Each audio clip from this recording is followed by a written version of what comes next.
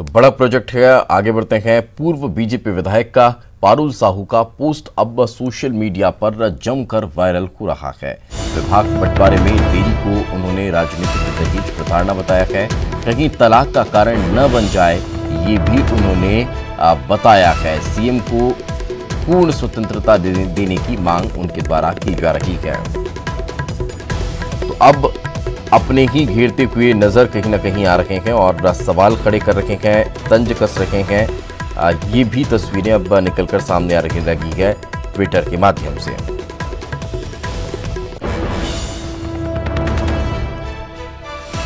तो कल उम्मीद जताई जा रही थी कि विभागों का बंटवारा हो, लेकिन कल भी नहीं हो पाया। तो फिर अब कई और सवाल खड़े हो रखे हैं। हमारे सहयोगी शरद हमारे साथ जुड़ चुके हैं, उन्हीं से बातचीत करते हैं। शरद, आखिर लगातार अब बीजेपी के अपने लोग ही सवाल भी खड़े करने लगे हैं। चौतरफा दबाव कहीं ना कहीं अब इस पूरे मामले को लेकर देखने को मिल रहा है। क्या लग रहा है, क्या उम्मीद नजर आ रही है? देखिए दीपेश, आपने सही कहा कि अब अपने ही जो सवाल हैं वो खड़े कर रहे हैं और इन सवालों के बीच में ही कहीं ना कहीं उनकी नाराजगियां भी छुपी हुई हैं जो सीधे तौर पर अब नजर आने लगी हैं। इससे पहले अगर आपको याद हो तो अजय बिश्नोई ने भी एक इसी तरीके का ट्वीट किया था और उन्होंने भी ये बात कही थी कि कार्यकर्ताओं में कहीं ना कहीं नाराजगी और जो हतोत्साहित हैं वो हो सकते हैं। इसी तरीके का अब एक सोशल मीडिया में पोस्ट पारुल साहू ने किया है। पारुल साहू भी कहीं ना कहीं नाराज मानी जा रही हैं क्योंकि सुर्खी से जिस तरीके से गोविंद सिंह राजपूत की एंट्री हुई और वो बीजेपी में शामिल हुए, अब वही चुनाव लड़ेंगे ये साफ है। तो इन नेताओं की नाराजगियां तो हैं, लेकिन उन नाराजगियों को अब जो शब्द हैं वो इस तरीके की समस्याएं दे रही हैं जिसमें कभी मंत्रिमंडल का जो विस्तार है उसमें देरी होती है। अगर मंत्रिमंडल का विस्तार हो जाता है तो फिर जो विभाग बंटवारे होने हैं वो नहीं हो पाते हैं। तो इन नेताओं को कहीं ना कहीं बोलने का मौका मिलता है। और बड़ी बात ये भी है कि क्या सिर्फ ये 2 या 3 या 4 ऐसे बड़े नेताओं की आवाज है बीजेपी के अंदर, या वाकई में जो नीचे स्तर तक का जो कार्यकर्ता है वो भी इसी तरीके से सोच रहा है जो ये नाराज नेता सोच रहे हैं?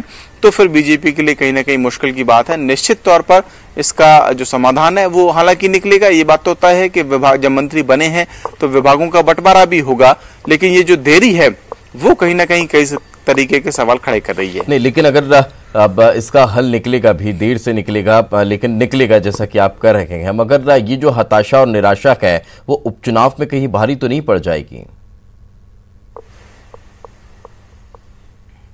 देखिए वही हम बात कर रहे थे कि ये जो नाराजगियां हैं, चाहे फिर वो अजय बिश्नोई की नाराजगी हो, चाहे पारुल साहू की नाराजगी हो, इससे पहले भी जो मंत्री नहीं बन पाए, गौरीशंकर बिसेन की बात करें या फिर रामपाल सिंह की बात करें, वो सभी इस बात से कहीं ना कहीं खफा हैं कि उन्हें वो नहीं मिल रहा है जो कहीं ना कहीं पार्टी में वो ये समझते हैं कि उनका हक था या उनको मिलना चाहिए था।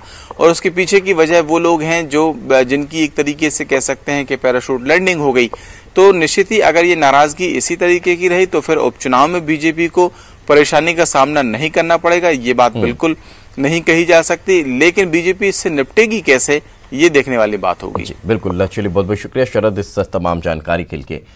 यानी कि समझा जा सकता है कि कहीं ना कहीं सस्पेंस अभी भी बरकरार है। आगे बढ़ते हैं। मध्य प्रदेश में मंत्रिमंडल विस्तार में विंध्य की उपेक्षा का दर्द पूर्व मंत्री राजेंद्र शुक्ला का छलक गया है। विंध्य के 3 विधायकों को मंत्री बनाया गया है जबकि पूर्व मंत्रियों की उपेक्षा की गई है। प्रेस कॉन्फ्रेंस के दौरान राजेंद्र शुक्ला ने कहा कि प्रदेश में बीजेपी की सरकार अपने दम पर नहीं बनी है। उनका कहना था कि विंध्य और सिंधिया के समर्थन से सरकार बनी है।